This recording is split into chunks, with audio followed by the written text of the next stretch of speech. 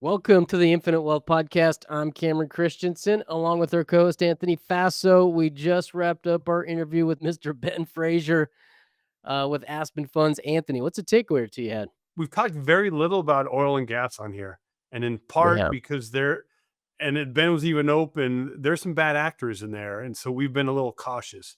But again, Ben did become highly recommended, and his approach is different. So I think if you're interested in oil and gas, this is a very interesting podcast on their approach. And what I do like about oil and gas, that's not going anywhere. I know we might hear that it is, but our need for energy is only growing, particularly with AI and all these data centers we are building. The renewables are not keeping up with the increase in demand.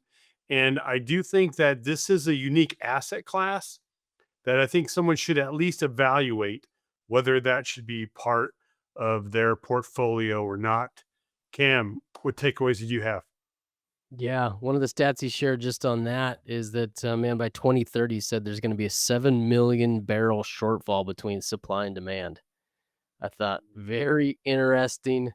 But what I really appreciated was he referenced this a few times, their macro driven investing approach. Mhm. And what he followed up was that everybody should know that not one investment is good all the time, and so you do need to keep your eyes open for opportunities as they ebb and flow. And so oil and gas, being one of them that right is going to ebb and flow over time. So great interview with Ben Fraser. He is the chief investment officer at Aspen Funds, an Inc. 5,000 company, and is responsible for sourcing, vetting, and capital formation of investments. Mr. Fraser is also has prior experience as a commercial banker and underwriter, as well as working in boutique asset management. He's also a contributor on the Forbes Finance Council. He is also co-host of the Invest Like a Billionaire podcast. Enjoy the episode. Hey, Cameron, what I just might want to add is we're bringing Ben back to do a webinar where we can dive a little bit deeper because it you need to learn about this, and it needs to be more than just watching Landman, which is a great show. I would recommend it, but just be on the lookout. We'll be having a webinar with Ben probably towards the end of the year. Enjoy the episode. If you're an investor or want to be an investor and you're looking to create passive income that exceeds your monthly expenses, then this is the podcast for you. Here on the Infinite Wealth Podcast, we combine the philosophies of Robert Kiyosaki's Rich Dad Poor Dad along with Nelson Nash's infinite banking concept. Welcome to the Infinite Wealth Podcast. I'm Cameron Christiansen along with our co-host Anthony Faso, and today we are joined by Mr. Ben Fraser, Chief Investment Officer at Aspen Funds. Ben, welcome to the show. Hey guys, thanks for having me. Ben, a lot of our listeners feel like the deck is stacked against them, banks, Wall Street, and even inflation. Today, we're going to be talking a lot about oil and gas. But man, I'd love your insight on why oil and gas is often overlooked by most investors. Yeah, for sure. So a little bit of just context. So, I'm the CIO at Aspen Funds, and we've been around for about 14 years. And we got started originally in the distressed debt space. And it was really an opportunistic play that we saw come out of the great financial crisis. Obviously, there was a lot of issues in the debt markets, but saw a unique opportunity to step into a market that was challenging, but really big opportunity. And it did very well. Obviously, timing really matters when you're investing in private markets and in different economic cycles. And we've kind of carried that lens, that framework with us over the last decade and a half in finding what we, believe are the best risk adjusted opportunities in any economic cycle. And the reality is that changes over time, right? Not all things are created equal, and not all investments perform the same at each time period. So it's important as investors to understand not just what makes a good investment, the basics, the ABCs of good capital structure, good sponsors behind it, but we actually believe that the more important thing to understand as investors is that framework of where is the best opportunity. where is the rising tide that's going to lift all the boats, so that even if, things don't go great at the deal level, things don't go great in the market, things don't go great in whatever, you have this rising tide that can really create a lot more margin and potential for outsized returns. And so I say all that to say it's important to understand the bigger framework that you're using to make investment allocation decisions. And a lot of times it's contrarian to what's popular right now. In oil and gas, it goes in cycles, just like any other asset class. A lot of investors, it's new to them, and or they've been burned by it, or they're scared of it. It feels so different, and not to minimize any of those things, because there are a lot of, things you got to avoid in oil and gas. But from our perspective, which we call macro driven investing, macro driven alternatives, we're looking first at the macro picture. And the reason we're so excited about oil and gas is the macro picture going on. And we can get into all that, and I'm happy to dive into it. But that's really an important place to start, is looking at the bigger opportunity over the really the next decade. Well, Ben, you had brought it up. A lot of people are nervous about oil and gas because they've heard some past horror stories. Um, why should people consider looking at oil and gas now? Yeah, for sure. I think, we started investing in this space probably about 5 years ago. And I remember when we first got interested in it, because we started seeing and researching a lot of these kind of macro things that we'll talk about here in a minute. But my first thought, my first assumption was, why oil and gas? Why does it even matter to be in fossil fuels? Because isn't renewable energy the way of the future? And aren't those becoming irrelevant? Right. That's where I think a lot of people are at, because the headline narrative is fossil fuels are yesterday's energy, renewables are the future. And as much as we want that to be true, or, the powers that be want that to be true, the actual data, the actual facts, if you do the research, is that's not the case. Fossil fuels make up at least 85% of global energy usage. And it's been that way for a long time. We've actually been investing in renewable energy for really about 4 decades at this point. And right now, renewables make up less than 15% of total global energy usage.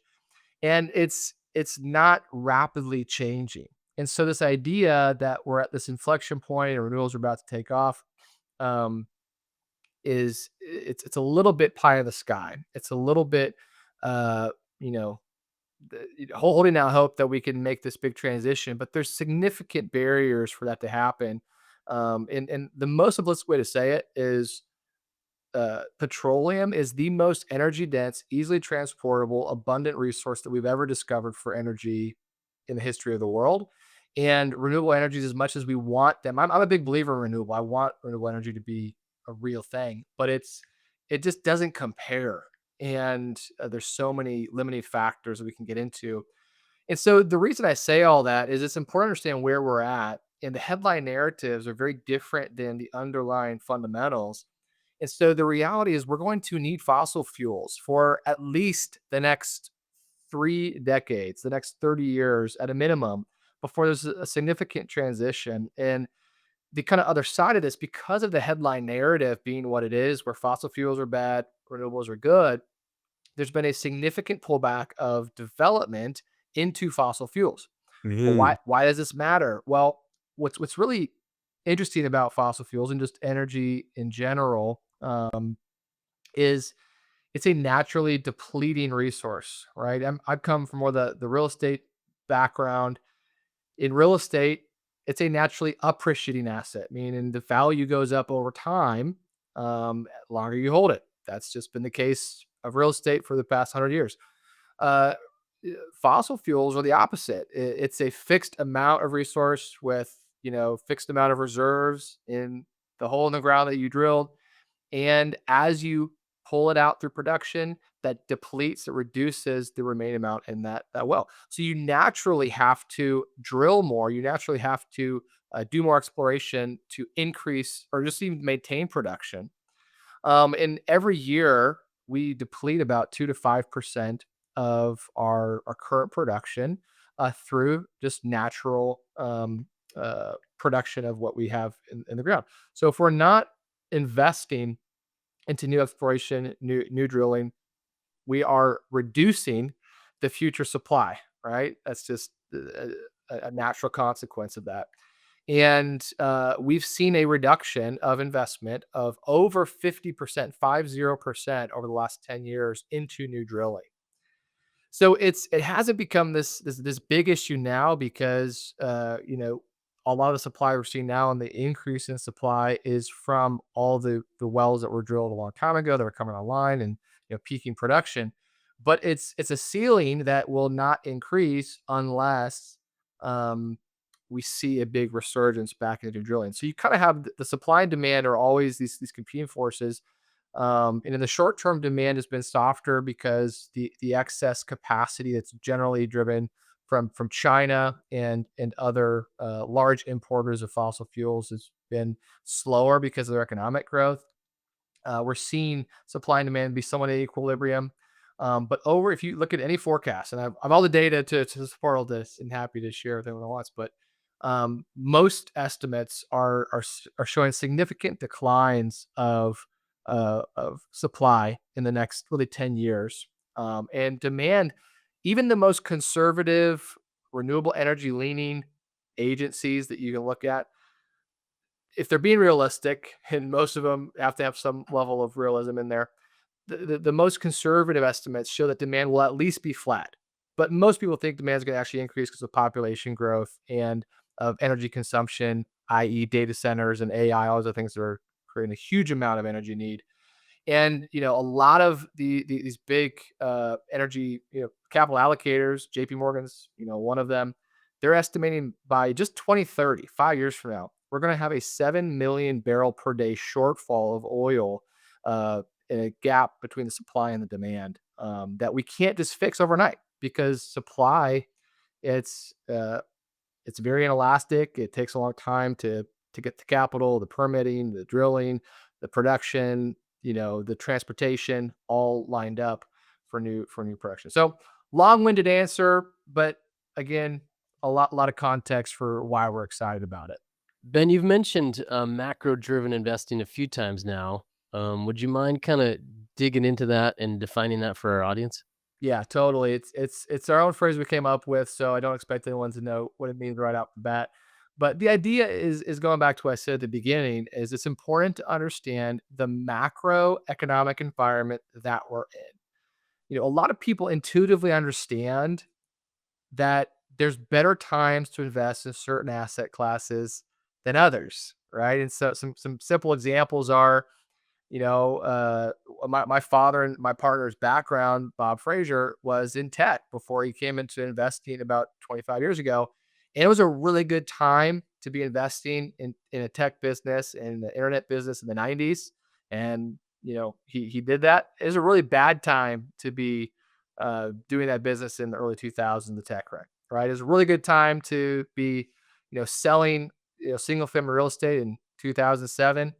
A really bad time to be selling in 2008, 2009, right? We all understand these kind of natural cycles of different assets, and that's why like I said, you can't time the market, and to a certain degree, you can't time things perfectly to the day of the bottom and the day of the top, but you can have an understanding of the timing as an investor. And if you look at long-term fundamentals, and so what we're looking at are not what we call kind of micro changes to sentiment, or the stock market's up today, stock market's down tomorrow.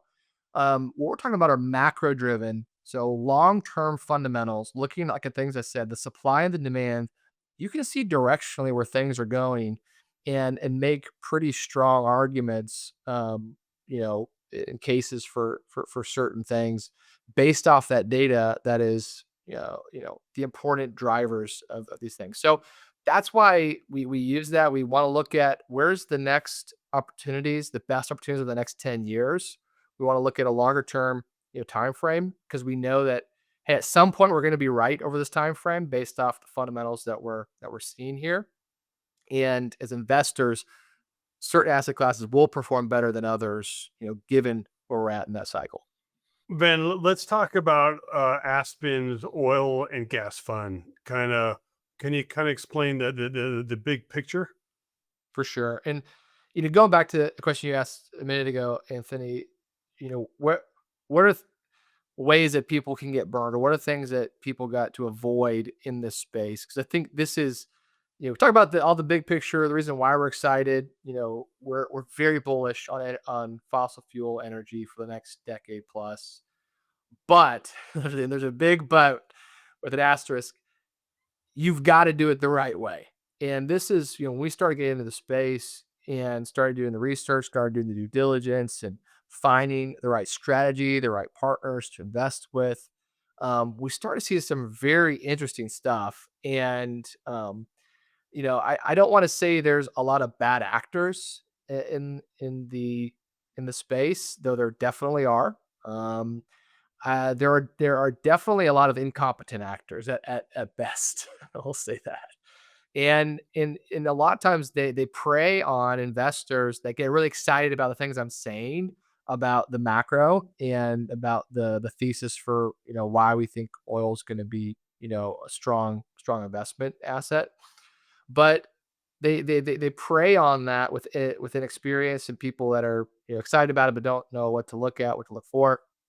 And we've seen, we went to a conference a few years ago, and there's a big conference, a lot of oil and gas sponsors doing drilling opportunities. And this is the most common investment vehicle I've seen for accredited investors to get into oil and gas, which is what I'll call, pure drill program investments.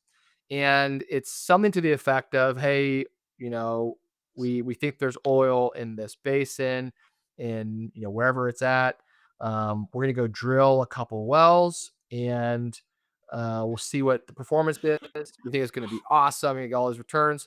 But the real reason you should do it is you get all these intangible drilling costs that can offset your taxable income. And if you do it a certain way, actually offset active income, which you can't do in really any other investment. That's a very attractive, carrot to dangle.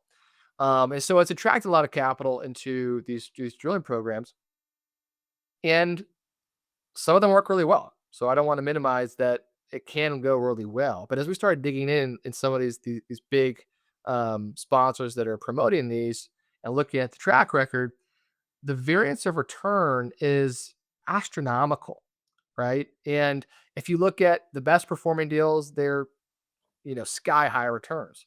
But then you look at the worst performing deals and it's a complete loss, right? Because drilling inherently is very risky, especially if you're doing vertical wells, which is what most drilling is at the lower end of the spectrum.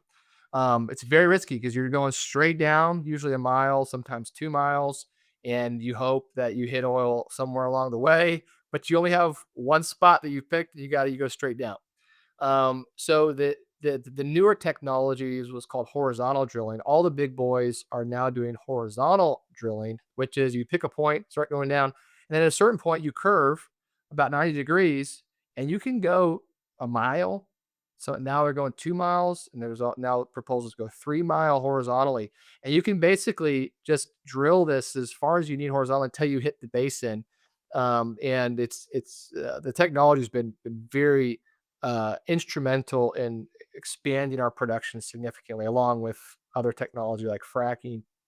But um, all that to say, as we started digging into this, the results were very, very mixed, right? And you kind of make sense. I'm going to go drill 3 wells. One well works, 2 wells are dry. We don't produce any oil or gas, and it's a very mediocre return at best. But hey, I got my tax write offs, right? Well, our idiom is always don't let the tax tail wag the dog, right? You should never Yeah, invest in totally something agree. purely because there's tax benefits. Because what you're basically saying is, I'm investing in this to get the tax benefits, but if it's a complete loss, that's also a tax benefit. You can write off your losses, but you don't win by making investment Losing. losses over the long haul. Yeah, Right? That yeah. shouldn't be your investment strategy. So to go to your last question, what do we do? How do we do a little bit differently? What we found to kind of be the sweet spot is non-operated working interests. So what I just described originally was these are generally investing directly into working interests with the operator. And the working interest where you get the tax benefits, you get the exposure to the upside if the production works. Um, the other side is mineral rights, which we can talk about in a minute. But what we're doing is called non-operating working interests, and these are much harder to get into because they have a much larger, I'd say, minimum entry point for capital to get into, because we're generally buying from institutional investors or large private equity funds into wells that they already own, producing assets, and we're owning a fractional ownership of that alongside usually major operators.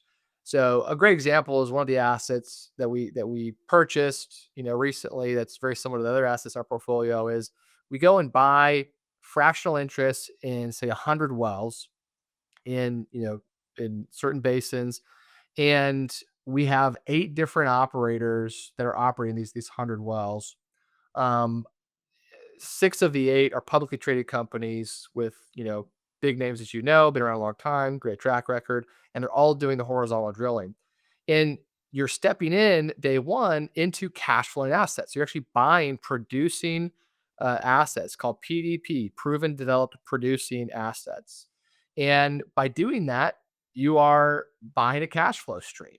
And the great thing with that is because the capital markets have really pulled out over the past, say, 5 years or so, like I was mentioning earlier, with the lack of development. A lot of these big allocators are also being pressured to invest with ESG standards, right? Environmental, societal, governance standards that are being imposed on them, which require them to invest in renewable energy. And so it's actually penalizing them many times if they invest in fossil fuels. So it's created a disincentive to invest in this.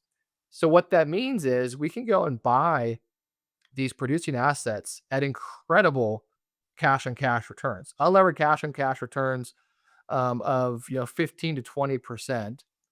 And then what we do is we'll do some hedging. So we'll do some commodity price hedging. We'll lock in kind of a range of prices that we're comfortable with.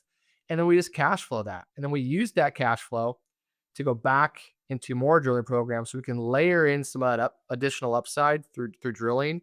But we're using the kind of anchor cash flow asset as the kind of engine to produce that, so we're not taking a lot more risk, um, and putting that back in the ground, as well as taking distribution. So that's kind of our approach, kind of going up to more institutional level assets with the kind of cash flow plus upside hybrid model. You don't get all the same tax benefits that you can write off against active income, but we it's a very tax efficient strategy with the income that the fund produces. Okay. All right. Very interesting, Ben. Thanks for that detailed explanation. For someone new, right? And they're looking to get into the oil and gas. What does it look like, working with Aspen, and what does the flow look like? Yeah, I think if you're just getting into the space, you're interested, I always encourage any, investors to do a lot of research on the front end, right? Never invest in something that you don't understand. I think, Warren Buffett, that's one of his maxims, right? Is invest in things that you know. And if you don't understand it, you don't understand what's driving the value, what's driving the returns, what's driving the investment strategy. You can't explain it to, you know, a 5-year-old. You probably don't understand it well enough to invest in it. So I think that's the first thing, is make sure you educate. And part of what we try to do is provide a lot of education, so that people can understand what it is, what are the risks you're taking, and here's how our strategy is different than others that you'll see, and you make the best decision for you. Like, we're not advisors, we can't tell people what to invest in, but we think education is the most powerful tool that an investor has to make those types of investments. And we do tons of master classes and just 101s on oil and gas investing, and we can pull the resources out for listeners if they like. Um, and then talk with lots of other sponsors, right? I think it's important to compare and contrast, to really get a sense of, does this strategy make the most sense for me? Yeah, there's a lot of reasons why you may want to invest in a drill focused program. If you need the tax losses, that can be good. And there are good operators out there doing that. You just got to understand you're taking more risk, right? Because drilling is the most risky way to invest in this asset class. But build a good strategy that makes sense for you for the types of income you're generating, that you need to protect against losses. And then also, what are your kind of goals as an investor to generate returns? Um, and then have those conversations with the different sponsors, ask the hard questions, and um, I would say too, if you have any weird gut senses about somebody or a group or whatever, run the other way, because I've found that in this space, especially, um, there's just more shysters than you'd expect. And I mean, just a great kind of case study here. So I mentioned we went to this conference and talked to all these sponsors doing drill code programs. And we've done a lot of drilling. We kind of understand the costs around doing that.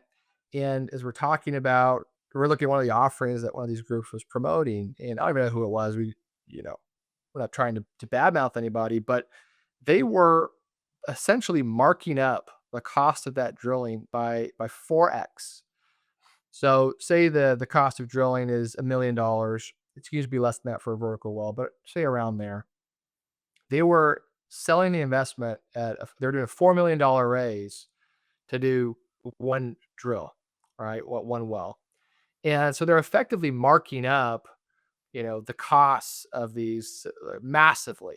And so what does that do? That just is going to massively dilute your return if it works out in the best case scenario.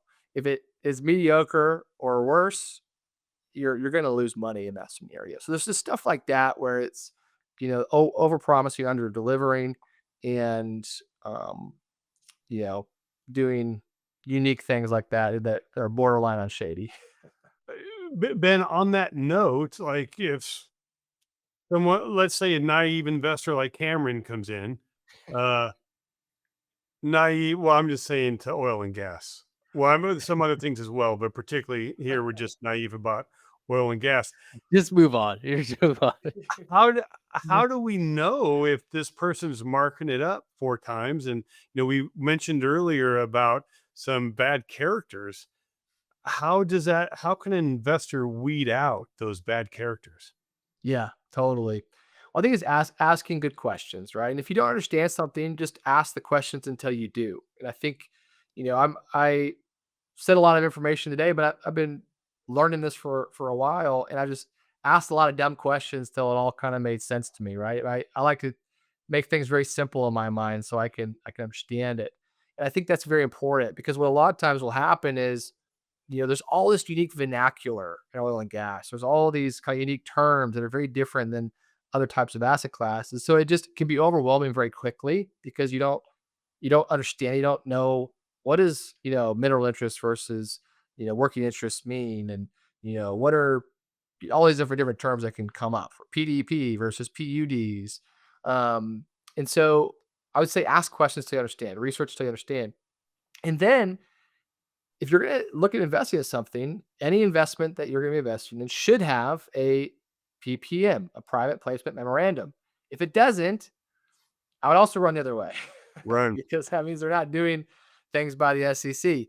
If it has a PPM, that is the legal governing document that describes the strategy, describes the offering, and provides the legal protections for the sponsor. And so they're going to disclose everything in there, right? Because this is what they're going to use as, the CYA if something goes wrong. And so read the PPM. And seems kind of overly trite, but it's so important that you read the PPM. I always tell my investors, read the PPM. If something doesn't make sense there, ask us questions. If something gives you pause, don't invest. And you will be surprised at what you will find in a PPM, because if they're, in this case, marking it up by 4x, they have to disclose that in the PPM, right? So they'll have what's called a sources and uses table many times, or capital in versus what that capital is being spent for. So they'll say, we're raising for $4 million. Now they have to detail out what that $4 million would go to. go to. So in that scenario, you'll see $4 million they're raising, $1 million to drill, and then there's $3 million of other stuff. So a very simple question would be, what's this other stuff? All right.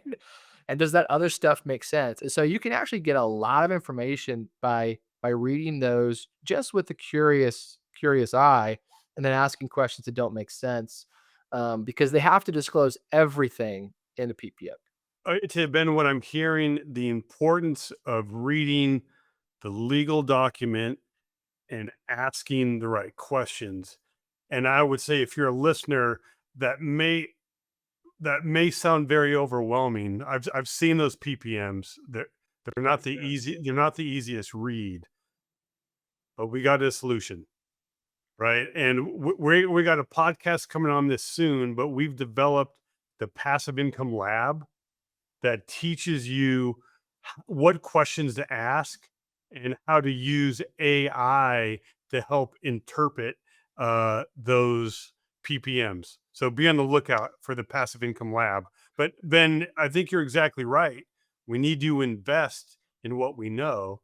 And if we don't know, then either we need to go somewhere else or we need to learn. But I think that oil and gas definitely has its place here.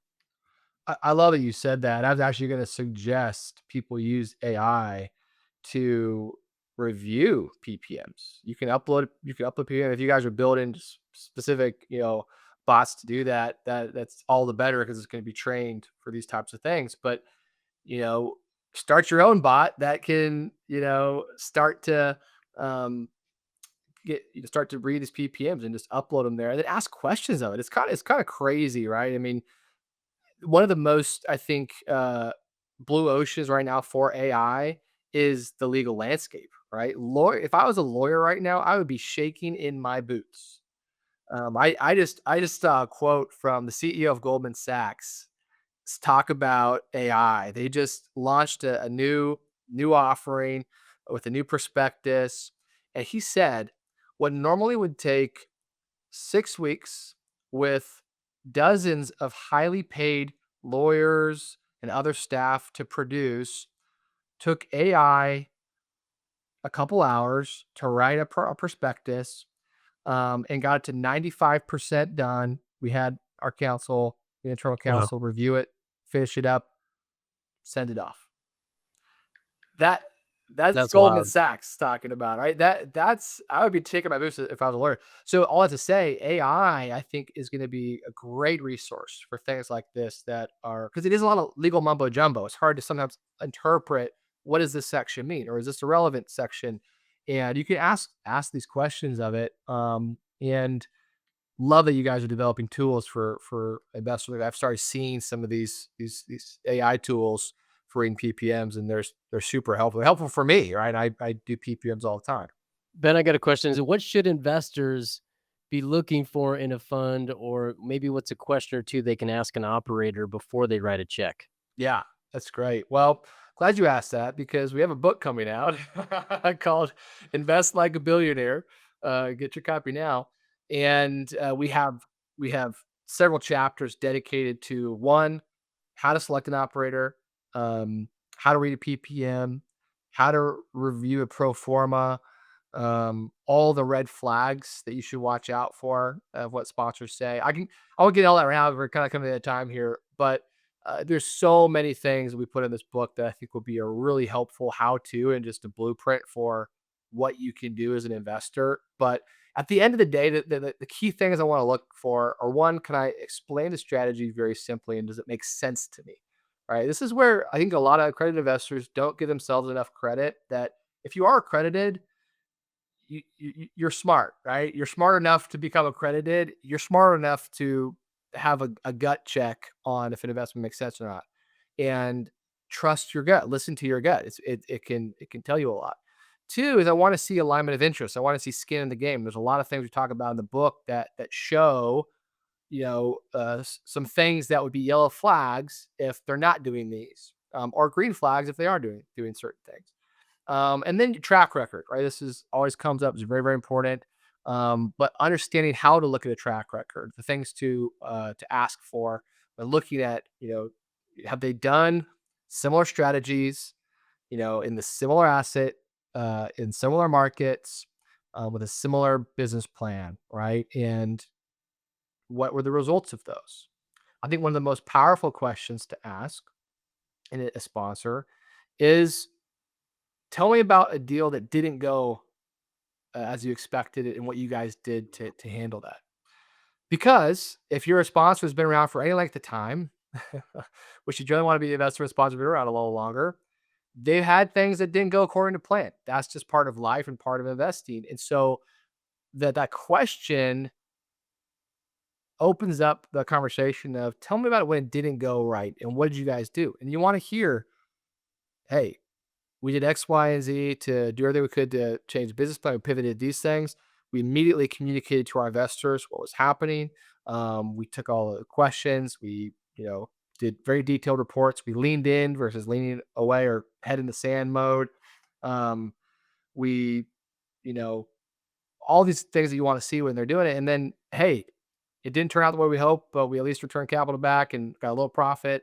And, you know, that was the worst deal, whatever. So you can get a lot of information by understanding what happens when things go wrong. Because what I found, what a lot of investors have experienced over the past few years, as we have kind of had this market correction and this, cycle correction, especially in commercial real estate, where a lot of deals aren't going according to plan.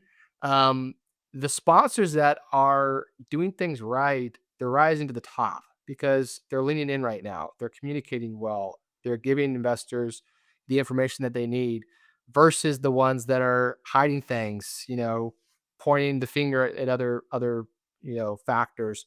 And you want to be investing with sponsors that are very transparent, that are going to communicate well and do everything they can to protect the capital. So those are just a few little nuggets, but a lot more in the book. Awesome, Ben. Now, if someone wants to learn more about Aspen Funds and your approach and your book, what should they do? Yeah, well, the book is, you can find it at thebillionairebook.com, or on Amazon or Barnes and Noble, wherever you buy books. Our website for Aspen Funds is aspenfunds.us. We also have a podcast called The Billionaire. That's like a billionaire at thebillionairepodcast.com. And you could check us out at any of those places. Ben, thanks for your time, man. Really appreciate you coming on and airing out some of the confusion around oil and gas for our listeners. Thank you. Awesome. Thanks, guys. Okay, Ben, I'm looking forward to having you back to do a webinar where maybe you could kind of pull the curtain back and we might be able to look at some numbers and some more details. So thank you, Ben, and go make it a fantastic day. Take care. If you like this video, I know you'll like this one.